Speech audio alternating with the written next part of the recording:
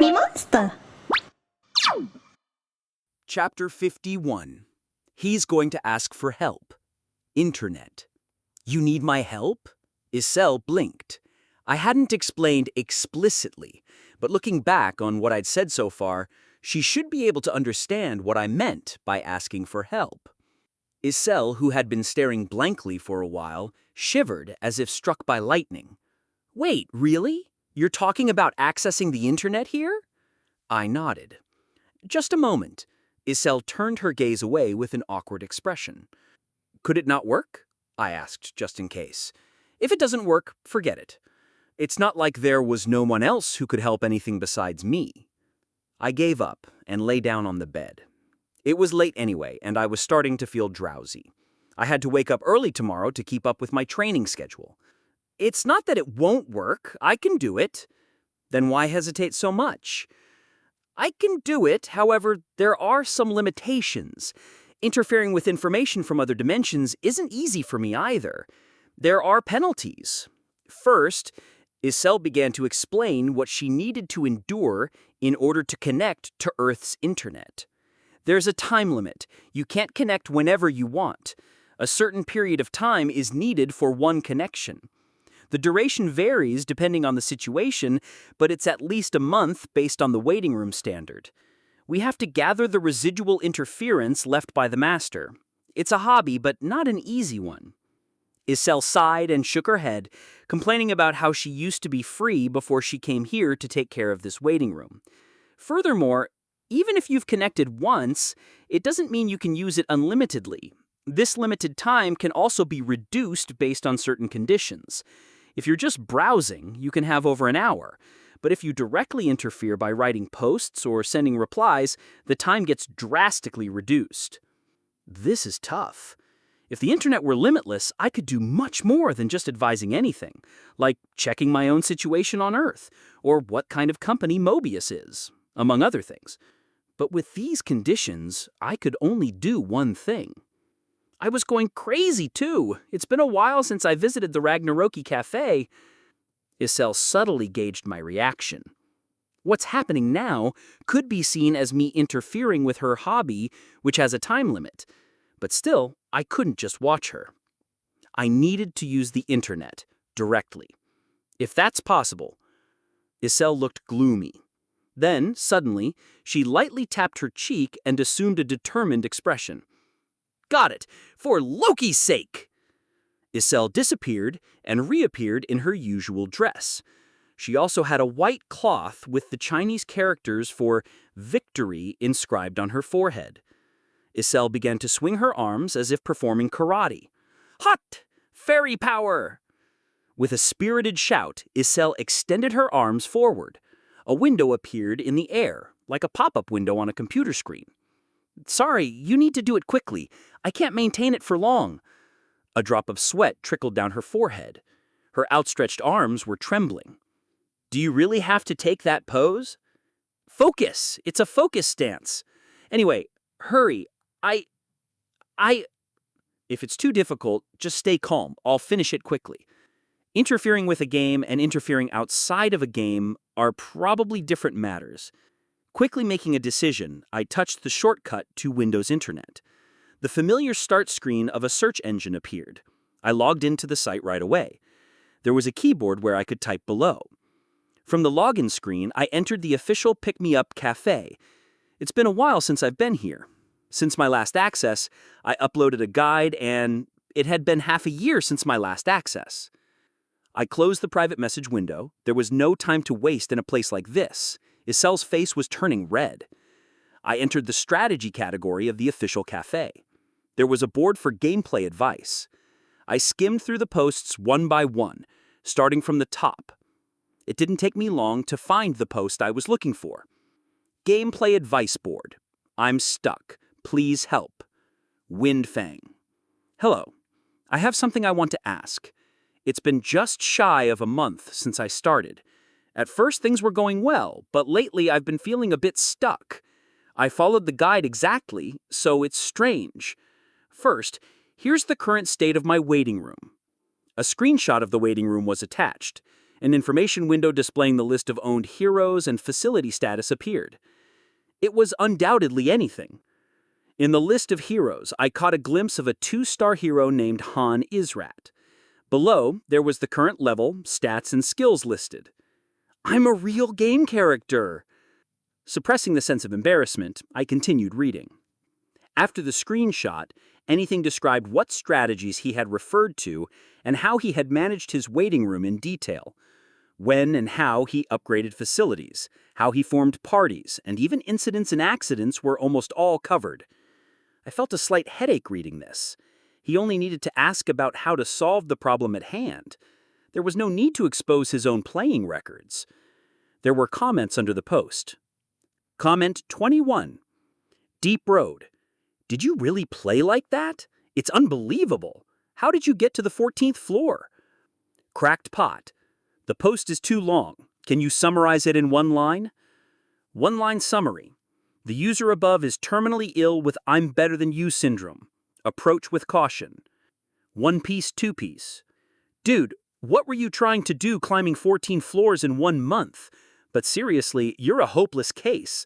I'd go on strike if I were your hero. Ugh, ha! Assassin in the Darkness. You need to rethink your way of playing. At first it seemed fine, but it got strange from the middle. Angelic Dimples. Is this for real? You sent them on a mission even though there was a hostile relationship?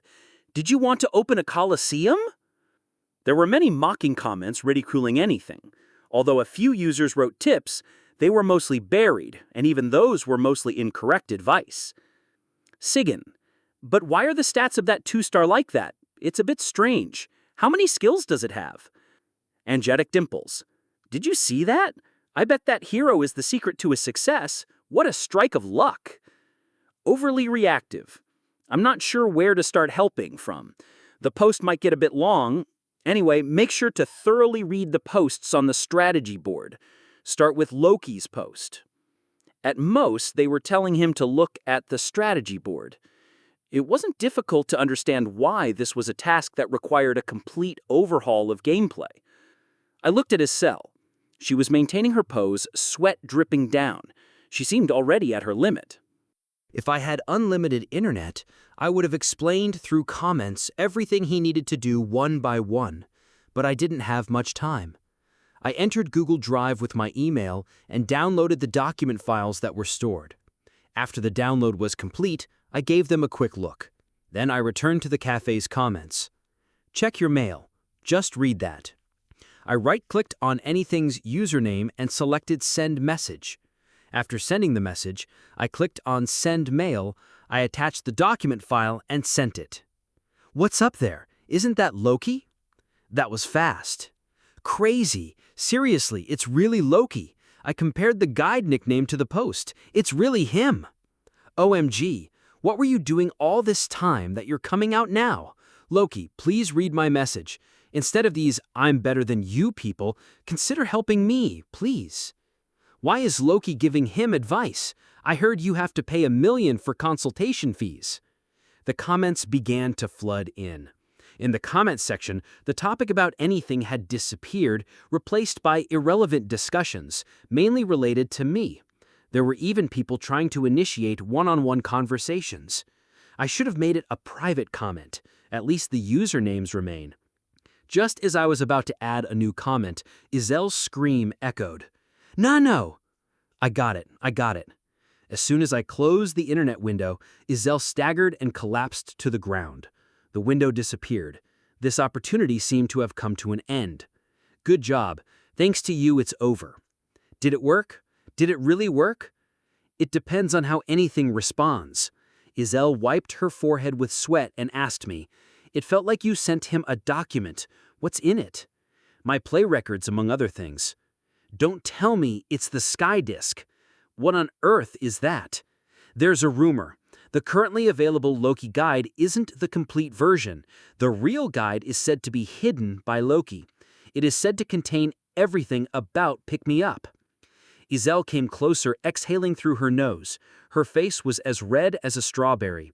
And you sent that, the rumored guide, to the master?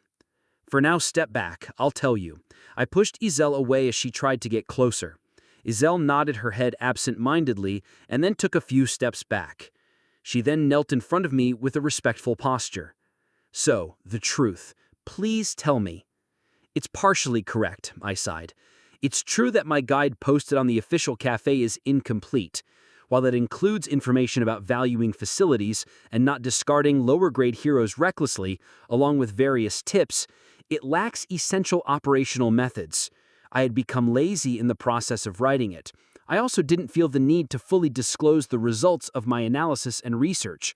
That guide was nothing more than a roughly written draft, lacking much thought. I didn't even realize it would cause such a stir. Even if anything had only relied on my guide, his gameplay wouldn't be entirely flawless. The early stages might be relatively detailed, but from the mid-game, it became quite informal. What I sent to the master were my play records and the data I analyzed over the 2 years I've been playing Pick Me Up. There is even some information about thesis-like materials. To think that existed. I couldn't be sure that everything about Pick Me Up was contained there, but it would be true that everything about me was. I couldn't guarantee whether anything would read my email. I couldn't even be sure if he would read all the contents of the document. First of all, it was large in size. In terms of volume, it would be equivalent to several thick books. And since I hadn't considered that someone else would end up reading it, it was also difficult to understand and unfriendly. But if he were to read all of it, if he were to make it his own, things would become quite interesting. With this, I've done what I can. The rest is just waiting for a response. Whether he will lose interest in the game and quit, or whether he will take on the challenge again. I made slight modifications at the end. It should give me a sign of Anything's intentions. Anything's connection occurred exactly 3 days and 3 hours after his last visit. Welcome to Pick Me Up. Loading complete. Touch select. I sat on a bench in the square and gazed up at the sky. I threw the dagger in my right hand and caught it. Anything had started controlling the game. He entered the Management tab and pressed the gift icon.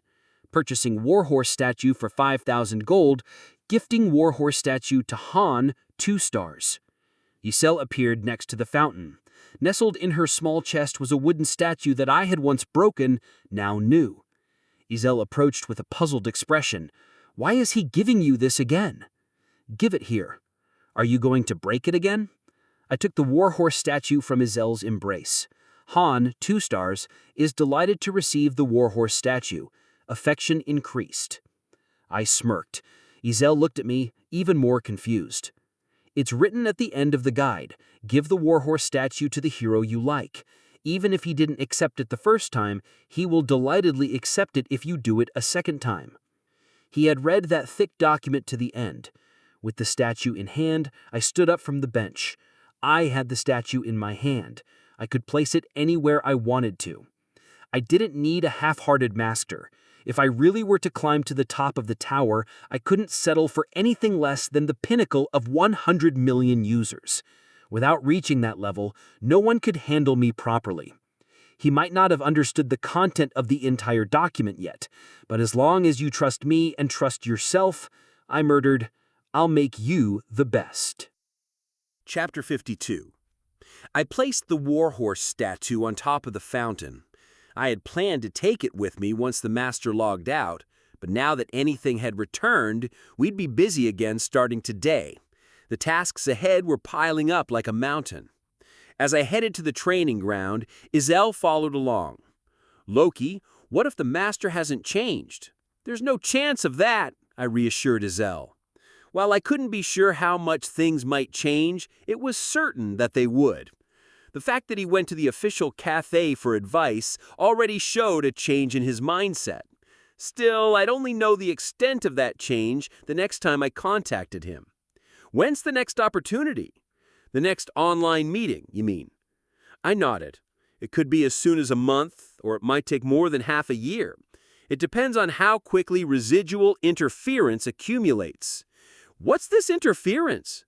It's the source that twists Mobius's causality and alters the rules.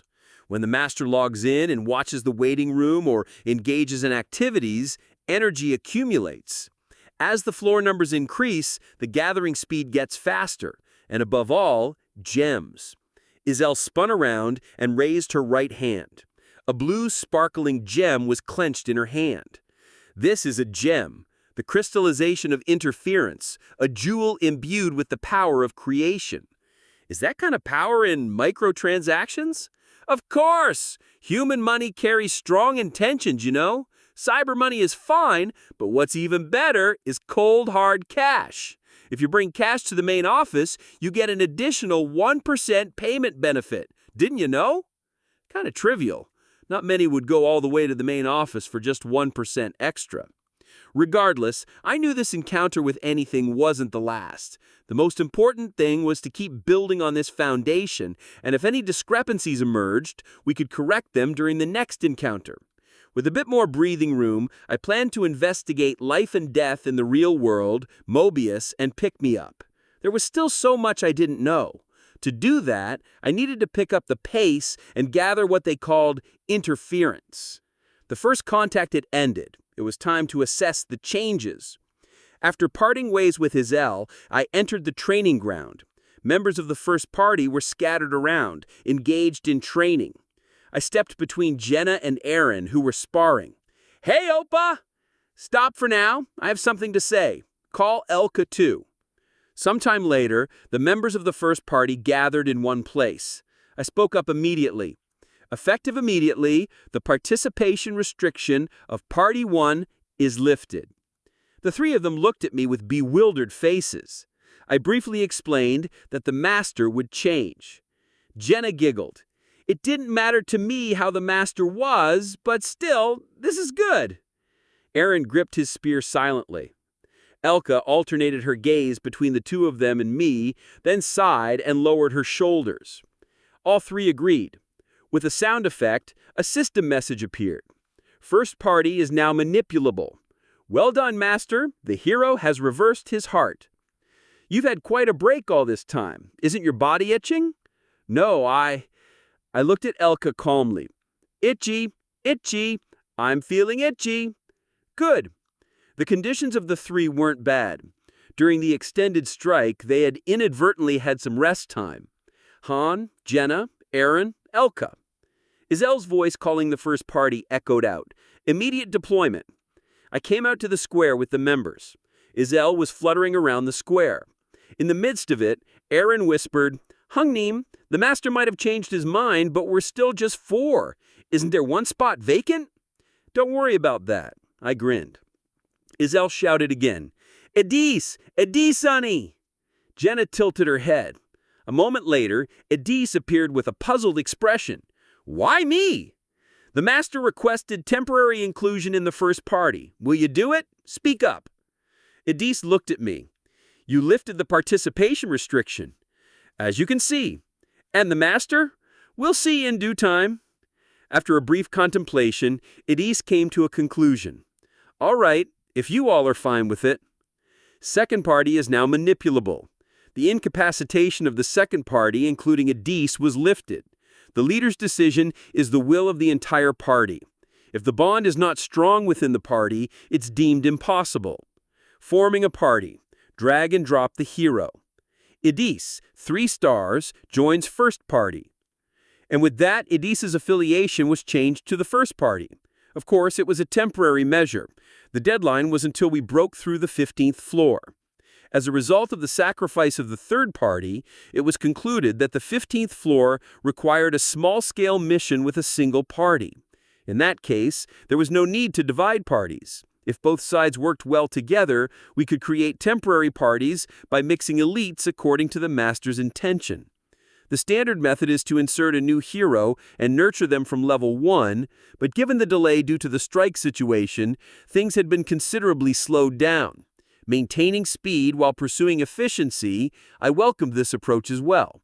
Training new members wouldn't be too late even after clearing the 15th floor. After all, the leveling speed increases as the floor numbers go higher, thanks to the opening of new facilities and dungeons. I won't stay long, Edis scratched her cheek awkwardly. I don't plan to hold you long. Well then, open, rift of time and space. Creak! The main door at the front of the square opened. It was an expedition after a long time. The first party, with the Dees, proceeded into the circular room. The door closed, and an alert indicating the current floor level appeared. Main dungeon. Current challenge floor is the 8th floor. The door will open in 10 seconds. Get ready. The 8th floor. I remembered. It was the stage with 27 level unknown goblin riders. The field was a plain, and thanks to Elka, there had been quite a struggle at that time. Dazzling light spewed from the mirror on the left side of the room. When the light subsided, the familiar sight of the plain came into view. Thud, thud, thud. The sound of the ground shaking from behind was also familiar. I drew my sword and shield and said, "You recognize where this is, right?" "The 8th floor," Aaron replied, pointing his spear at the rear. Jenna readied an arrow for her bow. Elka was calmly regulating her breathing. It's time to show the results of our training. Our time wasn't just spent idly during the strike. We engaged in consistent training akin to real battle while balancing our condition adjustments. Although we hadn't leveled up, there hadn't been a single day wasted. "I know," Elka waved her clothing and extended her right hand. There, goblin riders charging towards us were present. Elka's eyes glowed blue. Invert. Kia! The ground shaker in front of the goblins flipped and then shot up. Mud and stone swirled, sweeping the leading goblin riders. The formation scattered instantly. It was a technique utilizing telekinesis power. Ping, ping, ping, ping. Jenna, in a lowered stance, shot arrows like a barrage. The process of taking an arrow from the quiver, knocking it, and pulling for the shot flowed as smoothly as water. It was the effect of a bow skill she had perfected through rigorous training. The target was the goblins approaching Aoka with their crossbows. The arrows pierced the vital points of the goblins without a single miss. Not one succeeded in releasing their bolts. Aoka continued her casting without any hindrance. The spell's casting time was only around 10 seconds. Ignite. Whoosh! Flames burst out in a wide fan shape from the end of Aoka's sleeve. The flames engulfed the goblin riders head-on. Goblins caught in the flames writhed alongside wolves. Wolves that were charging from behind hesitated and retreated. Aoka's flames, which had incinerated several goblins and wolves, writhed and expanded like a living snake. The linear formation collapsed in an instant. The sharp spear-like charging force lost its direction. Now, what remained were not goblin riders, but goblins and wolves writhing in flames. This is the finishing touch. I flipped my sword and charged into the front line. The range of flames spread beneath my feet. It didn't matter. I hadn't trained in flame resistance as a formality. Engulfed in fire, I systematically slew goblins and wolves one by one. Some resisted, but I effortlessly crushed them. Aaron also joined in the aftermath. I thrust my sword into the back of a goblin fleeing on the ground. This one was the last. Stage cleared. Aaron, 1 star, and Aoka, 3 stars, level up. Reward, 3,000 gold, wolf leather. MVP, Aoka, 3 stars. Battle concluded. I wiped the blood off my sword and sheathed it. "Why am I even here?" Edis muttered in a disheartened voice. I smiled wordlessly and exited the rift of time and space. This time was clearly different from the last. Back then, I had to allow the goblin riders to charge several times. Jenna's shooting speed wasn't fast enough to suppress the goblins' crossbows, and Aoka, who stubbornly kept casting a 1-minute fire spell, was prone to be targeted. But now, it's different. The battle has become much more flexible. As a result, all 27-level unknown goblin riders were wiped out without successfully completing a single charge. I need to level up. Edis still hasn't fully adapted to our party style, but she has great instinct. So, as we go through battles, she'll naturally find her role. Roderick, Asher, Dika. As soon as the first party returned to the waiting room, Isabel called the members of the second party. Roderick and 2 others came out to the square, led by Roderick. It seemed that the second party was trying to level up as well. Edith shook her head hesitantly and then approached the second party. I asked Edith, "Going for a double jump?" "A double jump? I haven't even managed a single one." Edith smiled bitterly. Then looking at the sky, she whispered something. Edith's 3 stars wants to join second party. Soon, Edith's affiliation changed to the second party. For a while, she would have a busy life alternating between the first party and the second party. The rift of time and space closed behind the second party. We're done for today, right? Using magic has drained me completely. Ayoka stretched and yawned. Looking at Jenna and Aaron, she spoke. What are you 2 going to do? We'll keep training. After all, we're about to tackle the 15th floor. You guys don't seem to get tired. Ayoka let out a sigh and walked towards the lodgings. I grabbed Ayoka's sleeve. What now? It's not over. You're planning to keep going? You think using magic is easy? Don't worry. You won't be using your magic. I don't believe you. You've tricked me once or twice before. I dragged Ayoka, the sulking Ayoka, to the training grounds. There was something I had to do that should have been done the moment a magician joined the waiting room. It was way overdue. Isabel, what's up? I need to do some research. Oh, I see. Isabel nodded and disappeared. Then a tip appeared. Master, there are personnel available for research. How about starting some research? The results of your research will be the foundation for smooth waiting room operations. Anything brought up the control panel and touched the Research tab. I took Ayoka with me and entered the training grounds. The door leading to the magic hall was open. Chapter 53. I led Ayoka into the main hall.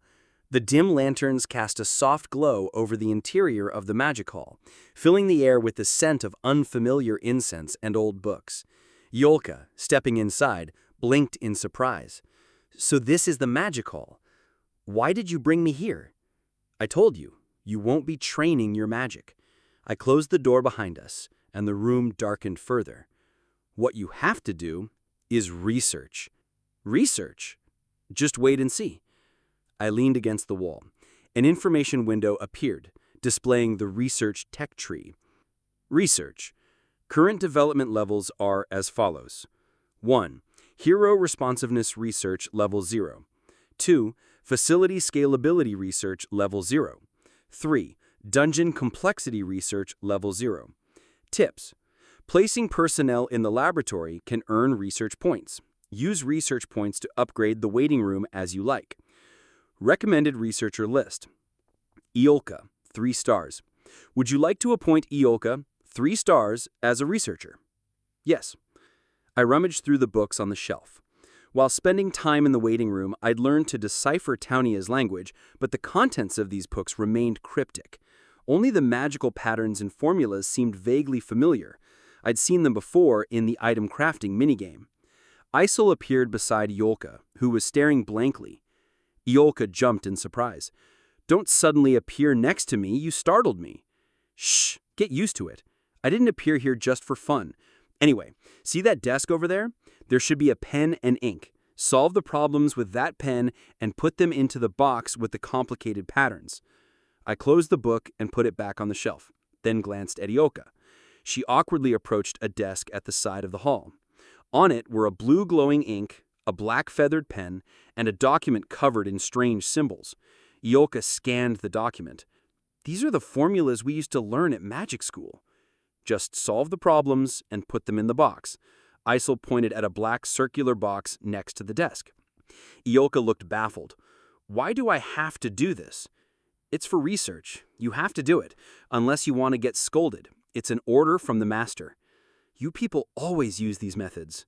Grumbling, Ayoka sat at the desk, dipped the pen in ink, and began solving the problems. After 3 minutes, she wrote down the solutions and put the paper into the box. The paper inside ignited in blue flames and vanished. Research points +1 acquired. Current research speed is 10 per hour. Requires 10 gems per hour. The research efficiency wasn't great. In Pick Me Up, research also required the premium currency, gems. 10 points per hour was the lowest level. Given the facility level and Ioka's lack of research skills, it was inevitable. Setting research time. 3 hours per day. Tips. Setting excessive research time might lead to dissatisfaction among researchers. Remember, they have their own lives too. I just need to solve this last one, Ioka said, putting the final problem into the box. But her expression froze. A new document appeared on the desk, thicker than before. Isel held up 3 fingers. Every day, 3 hours. 3 hours? No way! You're telling me to do this for 3 hours? This is giving me a headache. These aren't simple formulas. I'm already struggling so much. Ioka 3 stars expresses dissatisfaction. As expected, this happened. I had anticipated it. Ioka's schedule was already demanding. Physical training in the morning, magic training focused on telekinesis in the afternoon, and tactical drills in the evening. I'd arranged some rest periods, but there was little room for leisure.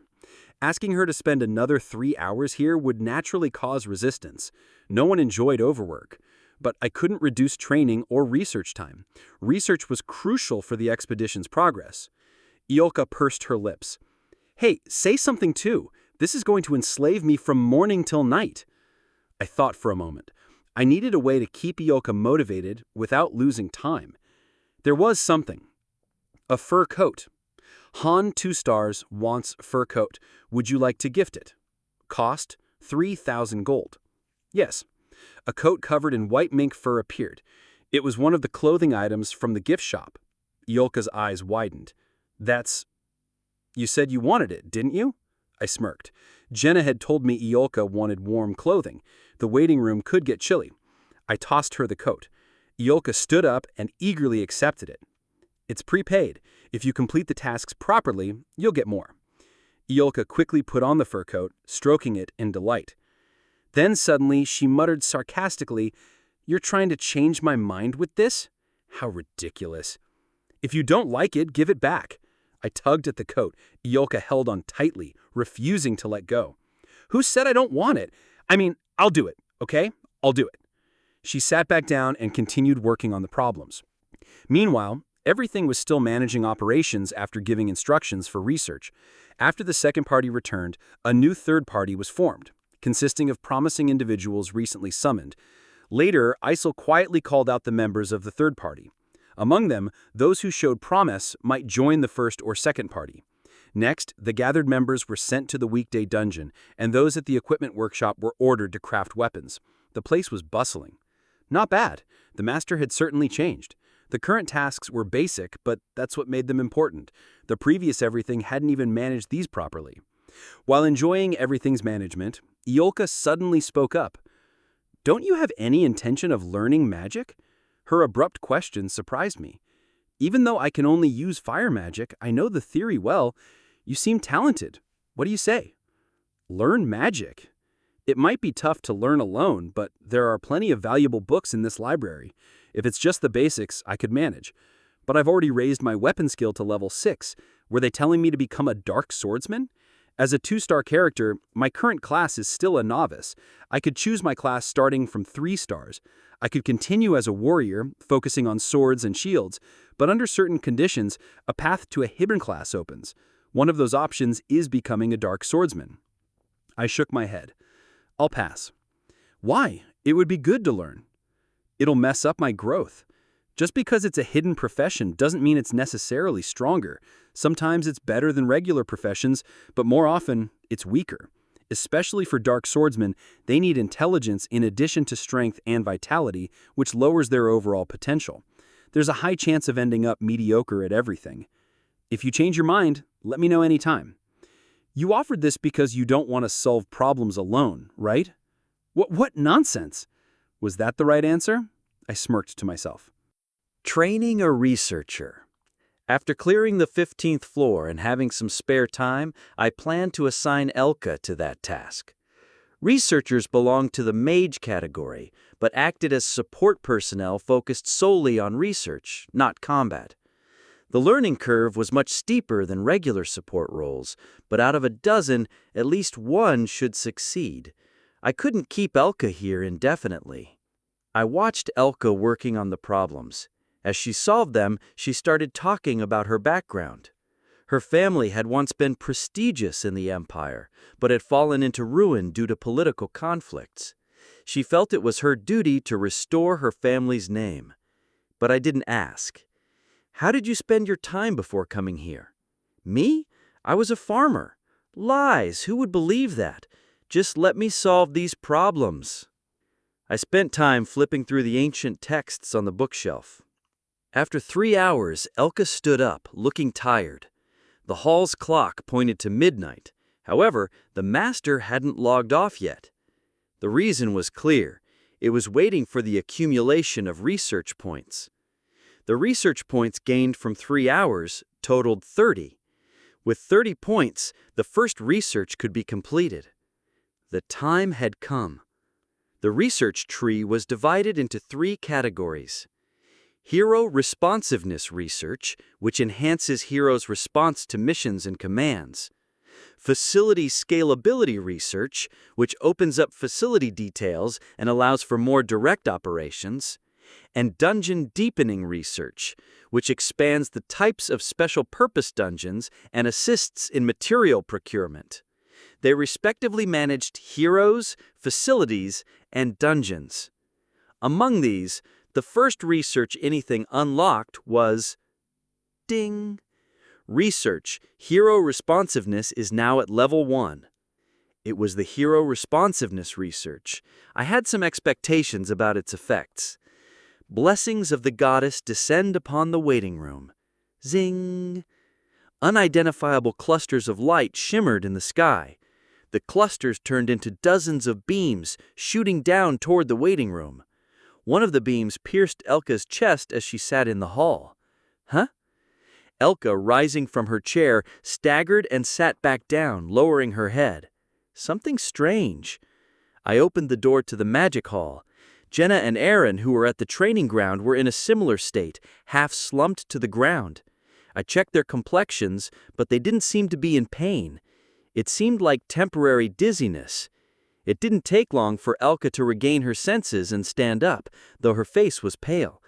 What's this? I feel really weird. I told you it's research. Research? What on earth does this mean? I thought for a moment, then said, try saying status window. Status window. Ugh! Elka fell backward, surprise clear in her eyes. So it's visible, I chuckled. It's the status window. It shows your attributes as numbers. Until now, system messages like status windows and mission details were visible only to me, but things were about to change. One reason the third party couldn't do anything and died was that they didn't know the exact purpose of the mission. They couldn't see the system. They didn't know the conditions for mission success or failure. The Hero Responsiveness Research was a way to make this possible. Strength, intelligence, stamina, agility, and skills. Can you see? Intermediate fire magic, essence of flame. That's a skill. The light that had entered Elka's chest didn't target her alone. All the heroes in the waiting room must have experienced something similar. Follow me, we should tell the others too. I took Elka and went out to the training ground. Aaron was bouncing around with a terrified expression. It's a ghost! What are you doing? Tahyangnim, this strange text ghost keeps following me.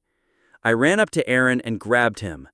Don't panic, it's not a ghost. I'll explain. What on earth is this? On the other hand, Jenna was completely composed. In fact, she seemed to be enjoying it. Ah, so it's like this. This explains a lot. Opal was looking at things like this. Yay! Jenna pointed at me and shouted, Appear! Status window! Huh? Why isn't it showing up? Mine was clearly visible. Where did you learn this? I heard you mumbling about it sometimes, Opa. I felt a weird sensation, so I tried it and something funny came up. These letters, these were the things you were looking at, right? I nodded. I was planning to tell them anyway. It seemed like it would take more than an explanation to get free from them. Chapter 54. That's it for the explanation. I swallowed some water. My throat felt dry, probably from talking so much. The three of them looked at me with puzzled expressions, as if they didn't fully understand. Jenna raised her hand and spoke. So, there are levels, stats, and skills, and thanks to these, we can become stronger quickly? Exactly. When we talk about the status window, it's referring to your specifications. You can gauge your own strength by looking at those. There have been times after a fight when I suddenly felt stronger. It must have been from leveling up.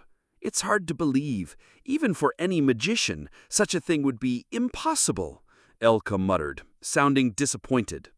Levels, stats, skills, and status windows, it wouldn't be easy to accept. Gaining experience through monster hunting, acquiring skills through training, and growing, these were all game-like concepts. Even for me, knowing this world was like a game, it still felt unrealistic. Still, I felt relieved. Explaining something only visible to my eyes had always been difficult, but now that they could also see their specs, there was no need to hesitate. They had to learn to accept it. If they couldn't adapt to the rules of this world, they wouldn't survive. This will be your role from now on, being able to objectively assess your own status. It was more helpful for growth than I'd thought. If I hadn't seen my status window, my path would have been much harder. I finished my water and said, "You can explain it to the others." "Where did you learn about this? We've never heard of such a thing." "I just happened to find out." "Just happened to? That's suspicious." "Anni, Oppa has been here right from the beginning." "That's right. He has a long history." "That's suspicious," Elka said, narrowing her eyes. "Well, if you don't want to talk about it, you don't have to.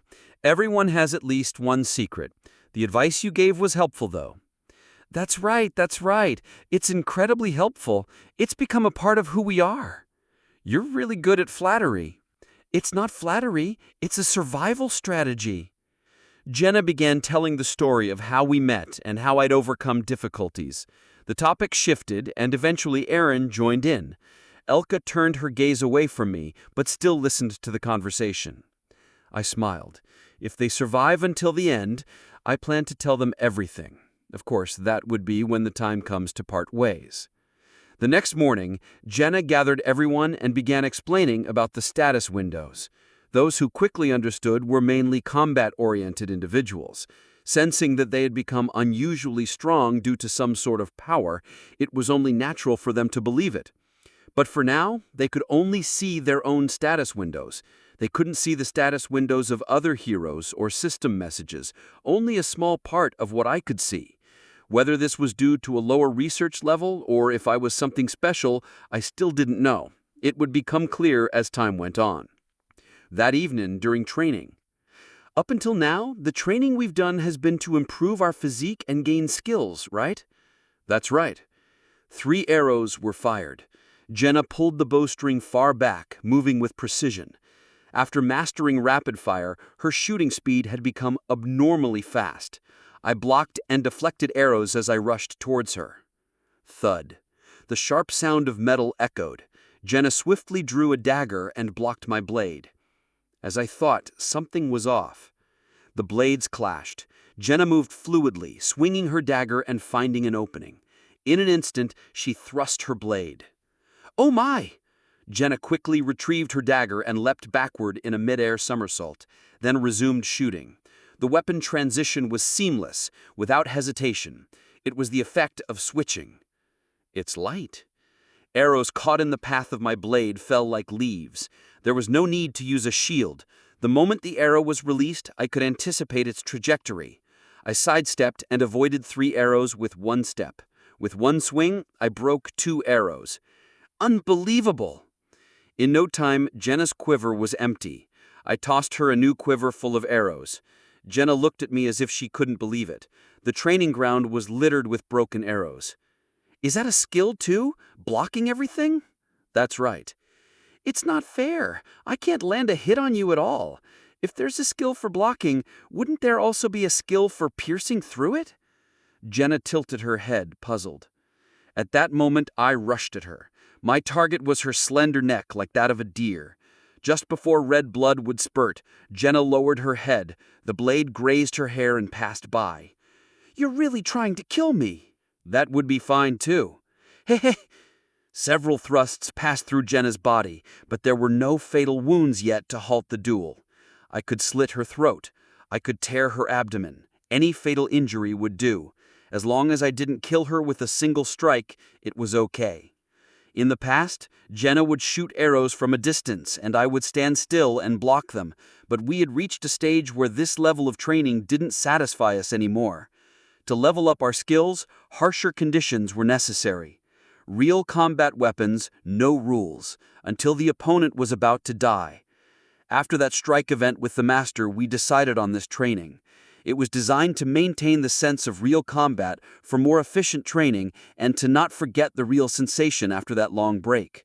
Those who hadn't experienced proper combat looked at us like we were crazy, but I paid them no mind. The results would show who would survive longer. Spectators gathered in a circle at the training ground. "Am I some sort of entertainment for you?" For a moment, annoyance welled up, but it wasn't worth caring about. I ignored them and continued the duel. Bing, bing, bing. Dodge and deflect. Whether it was arrows or daggers, the natural course of action had been ingrained. The sword moved naturally, even without intentional thought. My mastery of weapons had already gone beyond the conscious level, approaching the realm of the unconscious. Jenna evaded each sword strike with agile movements, but she couldn't prevent the wounds from accumulating. If she shot arrows, I blocked them. With a dagger, she couldn't beat the reach of a longsword. Jenna leapt backward, clicking her tongue. "I can't believe this." 18 wins out of 19 matches. That's the record of my duels with Jenna. Of course, the 18 wins were mine. The one loss I had was due to an unfortunate overlap of coincidences, almost like an accident. "Are you going to surrender? Aaron is waiting." "Oh, no, I'm fine." Aaron waved his hand. His record was 32 losses out of 32 matches. We had never gone over 10 minutes. I should probably insert 2 of them at the same time. By my estimation, it was time for the levels of my skill inferior swordsmanship at level 6 and projectile defense skill at level 2 to rise. With the right opportunity, I would soon be able to break through that barrier. Just as I was contemplating the skills, Jenna raised her head. "No, I'll try a little longer." "All right, let's do it." I thrust my sword forward and leaped. In that moment, twang. Jenna 1 star has acquired weakness detection. A red cross-shaped light flashed in Jenna's eyes. Ping ping. With a time lag, 3 arrows flew. Thanks to the projectile defense skill, the trajectory, speed, and point of impact were all visualized in my mind. The 3 arrows followed each other meticulously, exploiting openings. My way of dealing with arrows was to dodge or block. With this, I could block the second arrow as well. However, the precise aim of the third and final arrow was at a point where I couldn't react. Clang. I deflected the third arrow with my shield. It was the first time I used a shield in a duel against Jenna. "Ugh," Jenna exclaimed in disappointment.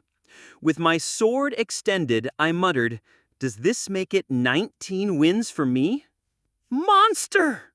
Among the crowd of onlookers, I heard that voice. As I turned my gaze, they scattered like a swarm of ants. Insight. It helped distinguish illusions, slightly enhance vision, and also provided versatile benefits by giving adjustments to weapon skills. There seemed to be effects I didn't know about as well. So, how many skills do I have? I brought up the status window. Han Israth, 2 stars, level 11, XP 53/110. Class, Novice. Strength, 27/27, Intelligence 10/10, Stamina 25/25, Agility 25/25. Owned skills: Inferior Swordsmanship level 7, Projectile Defense level 3, Insight level 1, Fire Resistance level 2, pain resistance, level 3, composure, level 3, frenzy, level 1, and equionism, level 1. It's quite a few. From inferior swordsmanship to equionism, there were total 8 skills. It's too many for a 2-star level 11. Coincidentally, Jenna and Aaron were discussing skills. Aaronopa, how many skills do you have? Me? Well, inferior spear technique, pain resistance, fire resistance. Those 3. What about you, Jenna? Inferior archery, inferior dagger technique, switching, quick drop, weakness detection, eagle eye, agile body. There's something else, too. That's enough. Aaron mumbled with a melancholy voice. I interjected, having many skills doesn't necessarily make you stronger. The strength of skills is determined by level and synergy more than quantity. Having too many skills could even be a disadvantage. For example, my frenzy and composure. They're quite the odd combination. But they do lean toward the stronger side. From agile body to forest hunter and even fire resistance, Jenna had a total of 9 skills. Anyway, during the ongoing training, Anything was diligently managing the waiting room. Isel's voice calling for members to go to the dungeon rang incessantly. The equipment workshop was running day and night, and occasional messages announcing the summoning of one-star monsters appeared. One point I wanted to make was to avoid synthesis, and if they read the documents I sent properly, they should be able to learn how and when to use them. The 15th floor is right ahead, but there seems to be some freedom for now. After the strike, we visited the dungeon a few times, but all were under the 10th floor. Unless we achieve a certain level of growth, it seemed we didn't intend to send anyone to the 15th floor. I don't want to relive the struggles I had on the 5th and 10th floors. I want to challenge it when I'm in the best condition. But even if I could do that, I can't guarantee 100% survival. Gripping his spear with a tense expression, Aaron came out of the training field. I adjusted my sword. Chapter 55. A few days had passed and evening had arrived. Jenna and I sat waiting on a bench in the square. The master was logged in, and in the item synthesis window, 3 colored stones were swirling and mixing. Initiating item synthesis. Selected materials: 1 lesser fire attribute stone, 1 lesser water attribute stone, 1 lesser wind attribute stone. Completed item: 1 lesser attribute stone. Success probability: 87%. Synthesis method: automatic. Would you like to proceed with synthesis? Yes. As anything selected yes, the attribute stones spun faster, gathering together. With a sound like fireworks, a white light filled the synthesis window. System messages and control panels flickered chaotically in my field of view, but only I could see them. Jenna, sitting awkwardly on the bench, poked me and asked, "This is about the promotion, right?" "Yeah." If the status window was visible, I had to explain about grades as well. I told them that each grade had growth limits, and upgrading allowed you to break through those limits. While I didn't go into every detail about stars and grades, this much information was enough for now. After the strike incident, Anything had consistently trained Party 1 on the 8th and 9th floors. I reached level 12, Ioka was at level 8, Aaron at 9, and Jenna had just reached level 10. Level 10 was the threshold for promotion. Since we'd steadily collected materials in the weekday dungeon, we could attempt promotion right away without wasting experience points. Kudang tang tang. Fairy power. Fail. Synthesis failed. Materials will be consumed. Failed that, huh? Attribute stones weren't easy to come by. Rare monsters didn't always appear, and the drop rate was low. Still, we had prepared extra attribute stones for cases like this. Anything opened a synthesis window again and tried the combination. Good. Synthesis complete. You have obtained 1 lesser attribute stone. A success message appeared. After a while, Izel emerged from the warehouse holding an upgrade stone. "You're also getting a second-grade promotion. Time really flies." Izel tossed the upgrade stone with a resentful look. Jenna caught it and examined its surface. "It looks fascinating." "Master, starting the promotion." Clank. The door to the synthesis chamber opened. Jenna stared inside with a tense expression. "I won't die, right?" "Who knows?" I couldn't predict what would happen during the promotion process. I hadn't seen it before as a master, and my own experience was unique. "Anyway, I'll be back." Jenna saluted and walked into the synthesis chamber. As soon as she entered, both the promotion and synthesis chamber doors closed. While Jenna was undergoing promotion, I admired the night sculpture displayed on the fountain. I had left the sculpture there and forgotten about it, but someone had created a pedestal and decorated it. Boring. I didn't really need to be present for the promotion. I was only here because Jenna had asked me to come with her. Tired of looking at the sculpture, I organized my thoughts. Once Aaron completed his promotion, we would start training on the 10th floor. That means the challenge of the 15th floor was just around the corner. It was time to prepare for conquering the 15th floor. Unlike the 10th floor, the 15th floor didn't trigger a linked quest, but it was influenced by certain aspects of previous stages. Even if not explicitly stated, there were hints to deduce parts of the mission. For survival, I couldn't ignore even the smallest clues. While I was organizing this information, a message appeared. "The forgotten memories of a hero awaken. Jenna, 2 stars. Promotion complete. Upgraded to 2nd grade." As the door to the synthesis chamber opened, Jenna walked out. Her complexion was unusually pale. "What happened?" Jenna plopped down beside me. "I had a strange dream. It was about the forest where I used to live, burning." "A dream, huh?" I somehow... Forget it. No need to worry about it." Jenna, gloomy for a moment, forced a laugh. "Haha, right? There are all sorts of bad dreams, after all." "Anything else?" "Well, that was it. A feeling like I broke through. Other than that, nothing." It seems that, for the most part, the typical promotion process ended with viewing memories. In my case, it had been a matter of bad luck.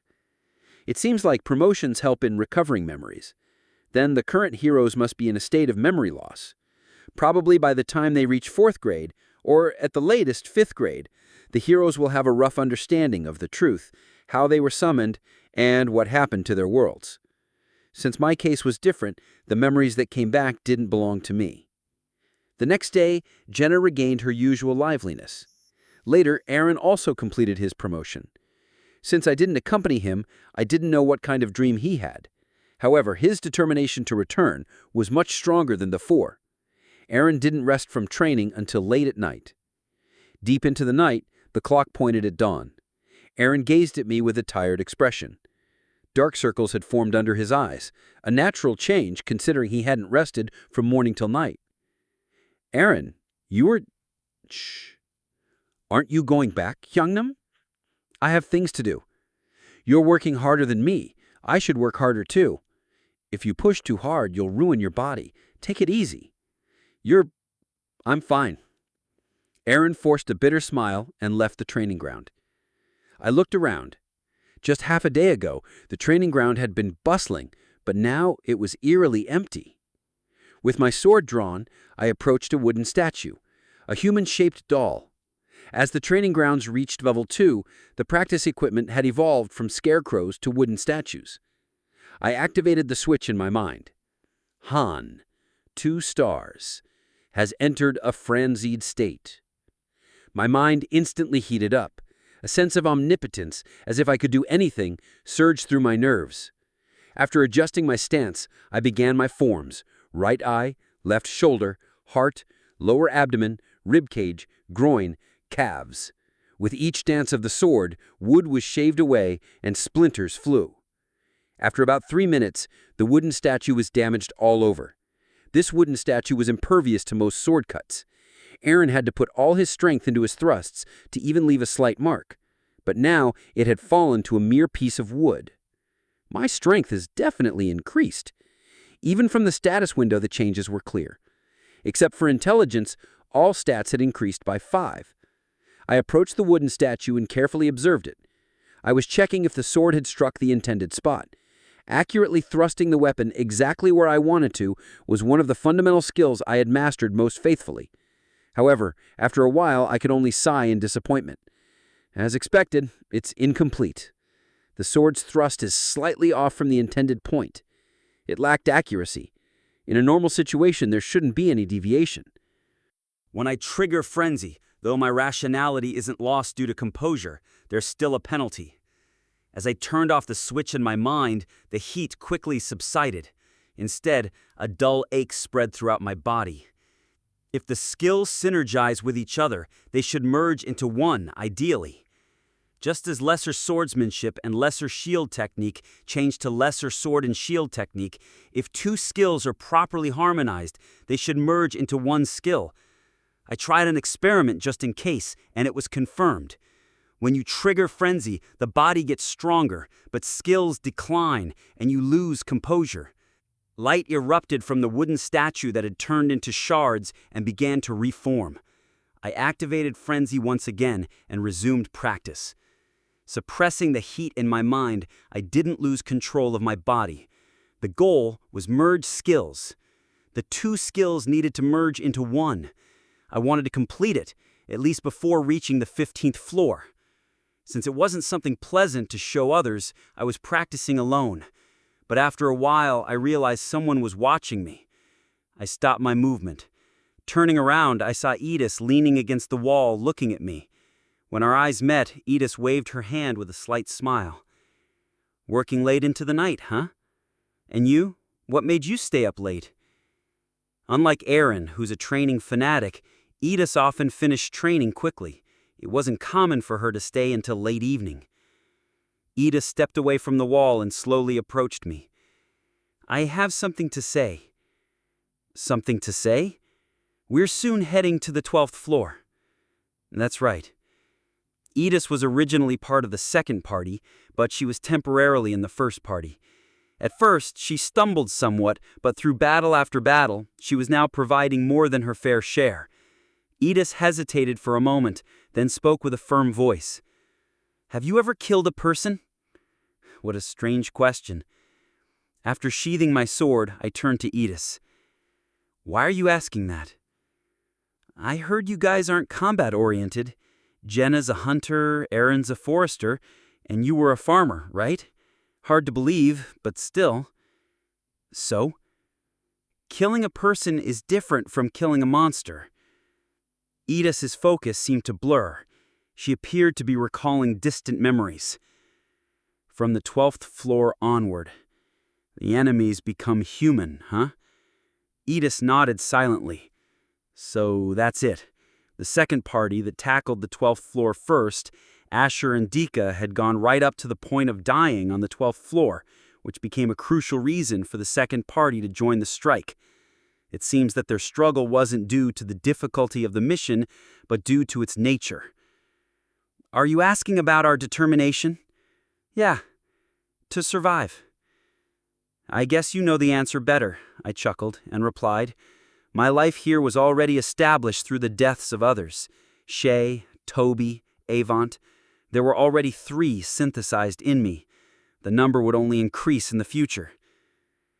Edith let out a bitter laugh. "That's true. The Fangwolf members were practically killed by you. Are you trying to blame me?" "No, I'm just... well, I don't even know what I'm trying to say. Whatever comes out, no matter how they look, to me, these creatures are monsters." "You might think that way, but your party might be different." "They won't be different, but if they have other opinions, I won't be the one saving them." Humanoid monsters undoubtedly existed, and quite a lot of them. Not just humanoid, there were also plenty of normal humans among the enemies. I didn't expect that after the skeletons from the 11th floor, we would have to fight humans on the 12th floor, but I knew it was something I had to face sooner or later. I continued. "In short, it's an unnecessary worry. Does that answer your question?" "Fine. I got it."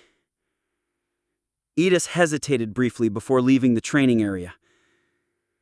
Murder, considered one of the worst crimes in modern society. Judging from Edith's reaction, it didn't seem to be treated much differently in Townia. Ridiculous. I had slaughtered hundreds of goblins, torn apart things that looked like humans, the Black Priest and walking corpses on the 10th floor. I had grown tired of seeing people die. The color of blood, its scent, and its heat remained vividly imprinted. I drew my sword. There was still much to do.